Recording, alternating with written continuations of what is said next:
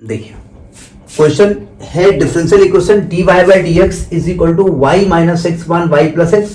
इसको कह रहे हैं आइलर्स मेथड से करिए और with y is equal to 1 और x की वैल्यू 0 से 0.1 दी है, 0 से 0.1 यानी x का जो इंटरवल है वो 0 से 0.1 है और उसमें y की वैल्यू निकालनी है। समझ में बात नहीं आई? ठीक है। और आपसे कहा कि आप 5 स्टेप्स में करिए और आइलर्स मेथड एडॉप्ट करिए। तो सबसे पहले जो आपका इंटरवल दिया है, देखो इसका सोल्यूशन कैसे लगाया जाता है। अच्छा, अगर अगर अगर ये हम आइलर की बात ना करते, हम केवल आपसे कहते हैं डिफरेंशियल इक्वेशन सॉल्व करिए, तो क्या इसका तरीका आपको मालूम है? अगर हम कहते हैं इस डिफरेंशियल इक्वेशन को सॉल्व करिए तो तरीका इसको मालूम है?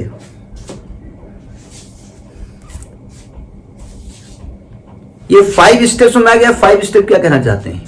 कहना ये चाहते हैं, देखो कहना ये चाहते हैं कि भाई ये x की वैल्यू है 0.1 से लेकर के, सॉरी 0 से लेकर के 0.1 तक गया है, नहीं समझे? तो y की वैल्यू भी तो चेंज हुई है, नहीं हुई है? यहां पर x की जगह y ये है, यहां पर y ये है, यहां पर y ये है, यहां पर y ये है, यहां पर y ये कह रहे हैं आपसे। तो कह रहे हैं आप 5 स्टेप में y का मान निकालो, मतलब इसके 5 टुकड़े कर दो, 1 2 3 4 5। इस पर वैल्यू निकालो y1, इस पर वैल्यू निकालो y2, इस पर निकालो y3, इस पर निकालो y4, इस पर निकालो y5, यहां पर वैल्यू निकालवा करके। लॉजिक पकड़ में आया? ये 5 स्टेप का मतलब क्या है? यानी आपको पूरे इंटरवल को कितने पार्ट में ब्रेक करना है? 5 पार्ट में ब्रेक करना। अच्छा बताइए, अगर ये आइलर्स मेथड की हम बात ना करें तो इस डिफरेंशियल इक्वेशन को आप पहचानते हैं? अगर आप क्लास 12 से उसको पकड़िएगा तो ये क्या है बताएंगे आप? ये होमोजीनियस डिफरेंशियल इक्वेशन है, याद है? वहां पर y को vx रखते थे हम, y को vx रखते थे, फिर वेरिएबल सेपरेबल करते थे, फिर y की वैल्यू रखते थे, v का मान रखते थे और हमारा डिफरेंशियल इक्वेशन सॉल्व हो जाता था। ठीक है। और वहां पर ये कंडीशंस रख करके हम वैल्यू निकाल सकते हैं। पहले x को 0 और y को 1 रख के कांस्टेंट निकालेंगे, नहीं समझे? x को रखेंगे 0 और y को 1 रखेंगे तो कांस्टेंट निकल आएगा आपका। भाई जब इस डिफरेंशियल इक्वेशन को आप सॉल्व कर रहे होंगे तो एक कांस्टेंट आएगा ना, और कांस्टेंट जब आएगा c कुछ भी हो सकता है। तो जब कुछ भी हो सकता है तो उसको क्या कहा जाता है? उसको कहा जाता है आपका general differential equation, general solution. फिर आप कंडीशन रखेंगे x को 0 y को 1, तो आपका कांस्टेंट की वैल्यू निकल आएगी। कांस्टेंट को रखेंगे तो वो पर्टिकुलर सॉल्यूशन हो जाएगा। फिर आप वैल्यू रख दें x को 0.1 y निकाल लीजिए, नहीं समझे? लेकिन बोले भाई ये तो डायरेक्ट हो गया, यहां से यहां छलांग मार दिया आपने उठा करके, आपने यहां से यहां छलांग मार दिया आपने। ठीक है, बीच में कर्व कुछ ब्रेक, कुछ लहर खा रहा है, कम ज्यादा हो रहा है, ठीक है, फ्लक्चुएशन हो रहा है। तो उन्होंने कहा नहीं, इटरेशन मेथड्स करो, यहां से यहां, यहां से यहां, यहां से यहां, यहां से यहां तक पहुंचो, वैल्यू निकालो जा करके। अप्रोक्सीमेशन आप करिए उसमें। लॉजिक पकड़ में आया? ये कह क्या रहा है? ये तरीका अपना ऐसा तरीका क्यों दिया गया है? डायरेक्ट 0.1 पे निकालने के बजाय आप अप्रोक्सीमेशन यानी इटरेशन मेथड से स्टेप बाय स्टेप करिए, नहीं समझे? तो अब देखो इसको कैसे लगाया जाए। तो ये कह रहे हैं ऐसा करिए जो आपका हाँ क्या हो गया?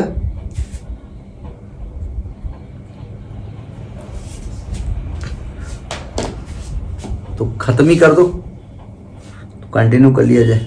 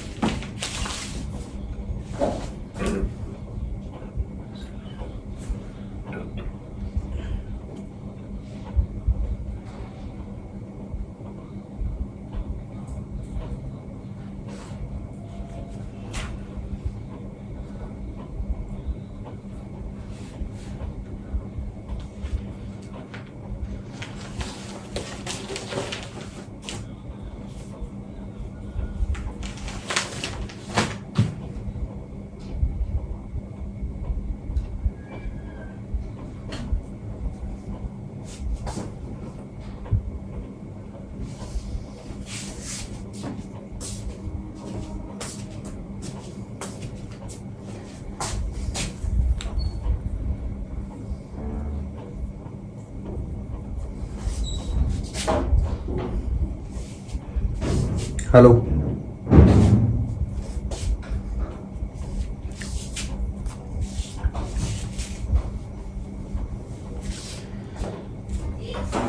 देखिए आप क्या करेंगे, तो कहते हैं आप ऐसा करिए, जो यहां पर इंटरवल दिया है ना, break the interval, break the interval,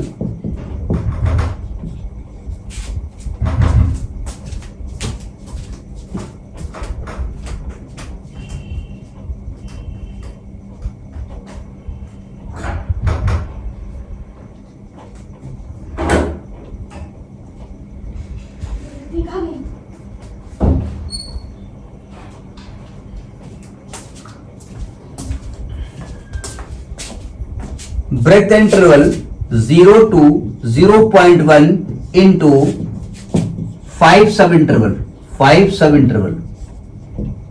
इस सब इंटरवल में ब्रेक करने का लॉजिक पकड़ में आया कि हम इसको पुराने वाले तरीके से क्यों नहीं सॉल्व कर रहे हैं।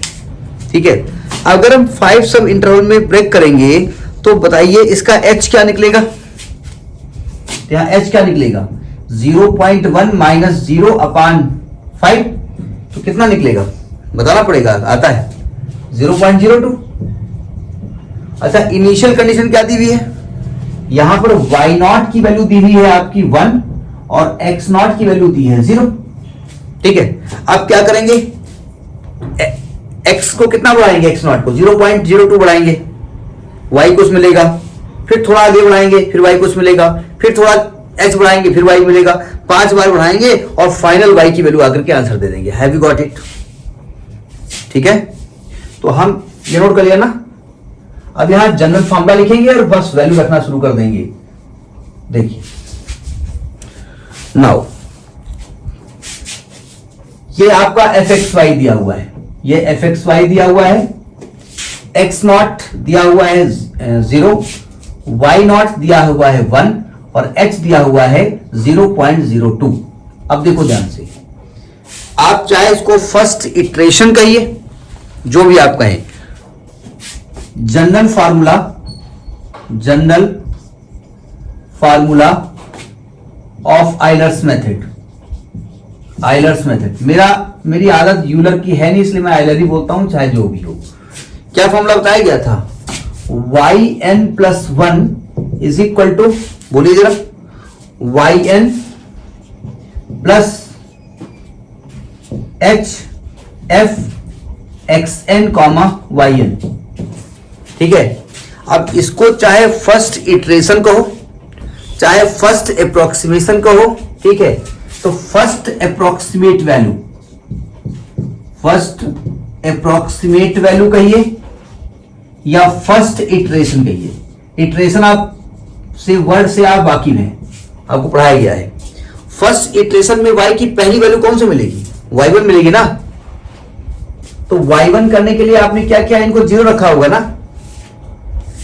तो यहां y1 क्या निकलेगा, y1 is equal to y0 plus HF x0 y0 is equal to, y0 क्या आया है, y0 इज 1, h क्या है 0.02, ये fxy दिया हुआ है, इसी xy की जगह x0 y0 कर दो तो क्या आएगा, यह आएगा y0 माइनस x0 अपान y0 प्लस x0, यानी कि 1 प्लस 0.02, y0 की वैल्यू क्या है 1 है, माइनस x0 की वैल्यू क्या है 0 अपान 1 प्लस 0, और जब इसको सॉल्व किया तो कितनी वैल्यू आएगी 1.02, ये वैल्यू आ गई 1.02, ये आपकी y1 की वैल्यू आ गई है ना।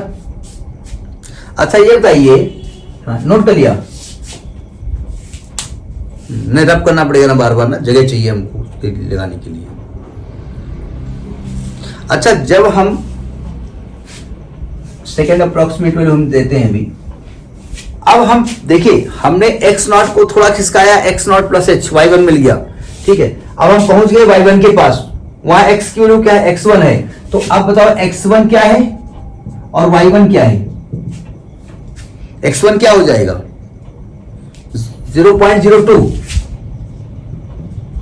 भाई, x0 प्लस h होता है ना, भाई x1 कैसे मिलता है आपको? x1 जो मिलती है वैल्यू वो मिलती है x0 प्लस h से। तो x0 तो 0 है, h 0.02 है, तो x1 0.02 मिल गया और y1 क्या मिल गया है? y1 मिल गया है 1.02। अब आपको निकालना पड़ेगा सेकेंड अप्रोक्सीमेशन। अप्रोक्सीमेशन या सेकेंड इटरेशन कह दीजिए, सेकेंड इटरेशन, ठीक है।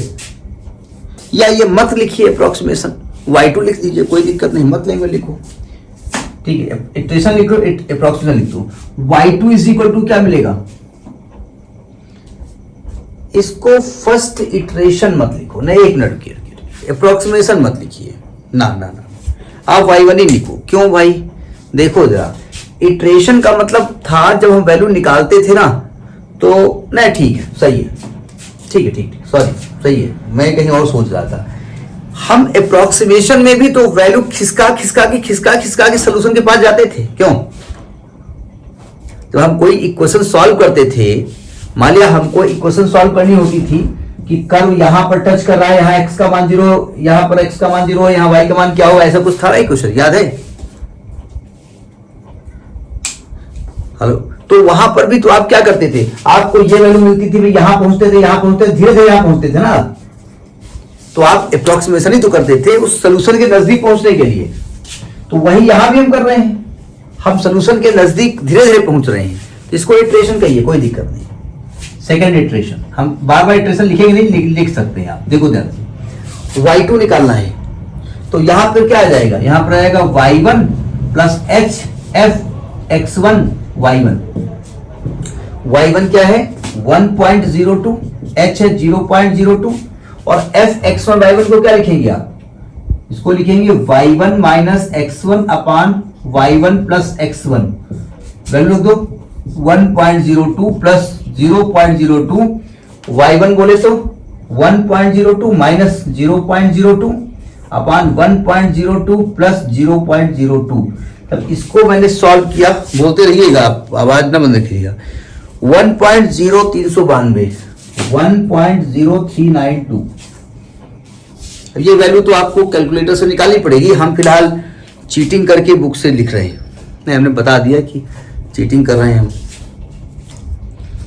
ये सेकेंड इटरेशन समझ में आ गया? हम अप्रोक्सीमेशन क्यों लिख रहे हैं? क्योंकि हम उस सोल्यूशन, हमने अभी जब स्टार्टिंग बताया कि हम इसको होमोजेनियस इक्वेशन से निकाल करके, कांस्टेंट निकाल करके, डायरेक्ट हम x की वैल्यू रख करके y निकाल सकते थे हम, लेकिन हम डायरेक्ट नहीं निकाल रहे, हम स्टेप बाय स्टेप निकाल करके उसके नजदीक पहुंच रहे हैं, ठीक है। अब थर्ड अप्रोक्सीमेशन पर पहुंचना है, तो थर्ड अप्रोक्सीमेशन के लिए मुझे x2 चाहिए, हमें x2 चाहिए और हमें y2 चाहिए। y2 निकाल चुके हैं आप 1.0392 और x2 हो जाएगा x0 प्लस 2h, यानी कि 0.04 आएगा ना, 0.04। तो थर्ड अप्रोक्सीमेशन देखिए आप, कहां तक चलेंगे आप? फिफ्थ अप्रोक्सीमेशन जाएंगे, क्योंकि उन्होंने कहा 5 स्टेप तक आपको पहुंचना है।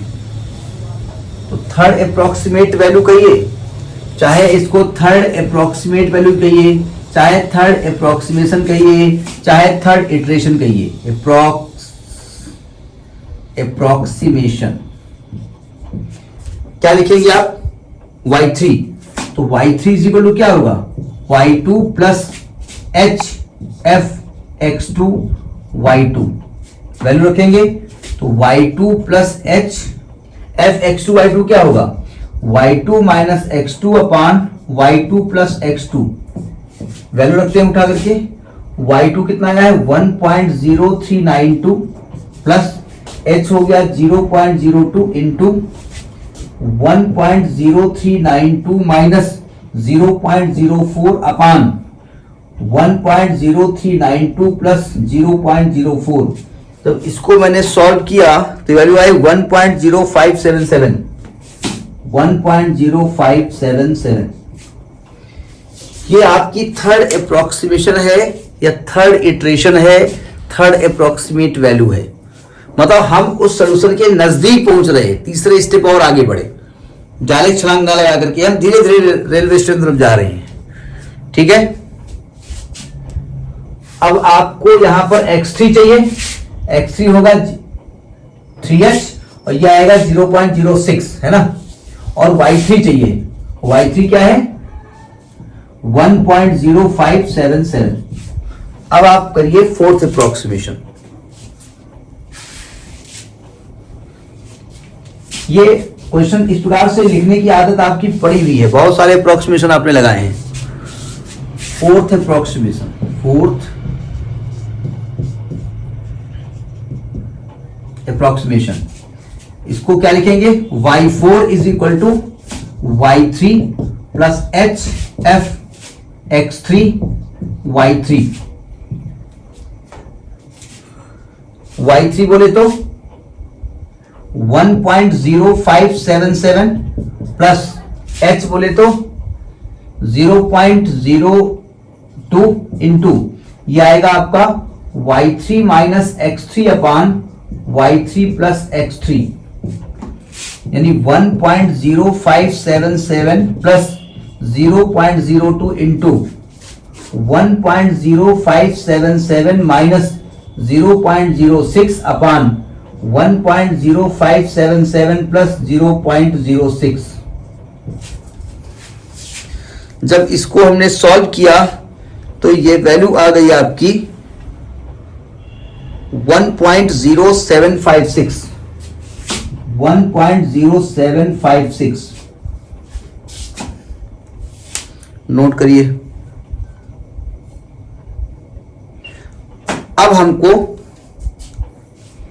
फिफ्थ अप्रोक्सीमेशन पे चलना है। हमको यहां पर x4 चाहिए और y4 चाहिए। तो x4 की वैल्यू क्या निकलेगी, हमको यहां पर x4 चाहिए और y4 चाहिए। x4 आएगा 0.08 और y4 आएगा आपका कितना निकाला है आपने 1.0756। तो जब लिखेंगे फिफ्थ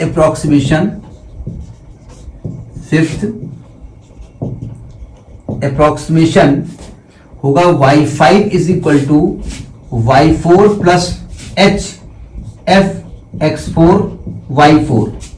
तो y4 क्या हो गया, y4 हो गया 1.0756 प्लस h, यह आएगा आपका y4 माइनस x4 अपान y4 प्लस x4। वैल्यू लिखेंगे यहां पर y5 is equal to y4 1.0756 plus 0.02, यहां वैल्यू रखेंगे 1.0756 माइनस 0.08 अपान 1.0756 प्लस 0.08। इसको जब मैंने y5 निकाला तो आया 1.0928, 1.0928।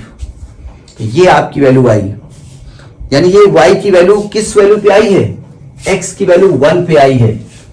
When x is equal to 1, यानी ये y is equal to 1.0928 when x is equal to 1। अब आप कहेंगे ये बात पच तो नहीं रही है, नहीं पच रही है ना, क्योंकि भैया आपने x तो यहां रखा है 1.08, यही सोच रहे होंगे ना भैया। सुनिए, आप y4 पहुंच गए थे,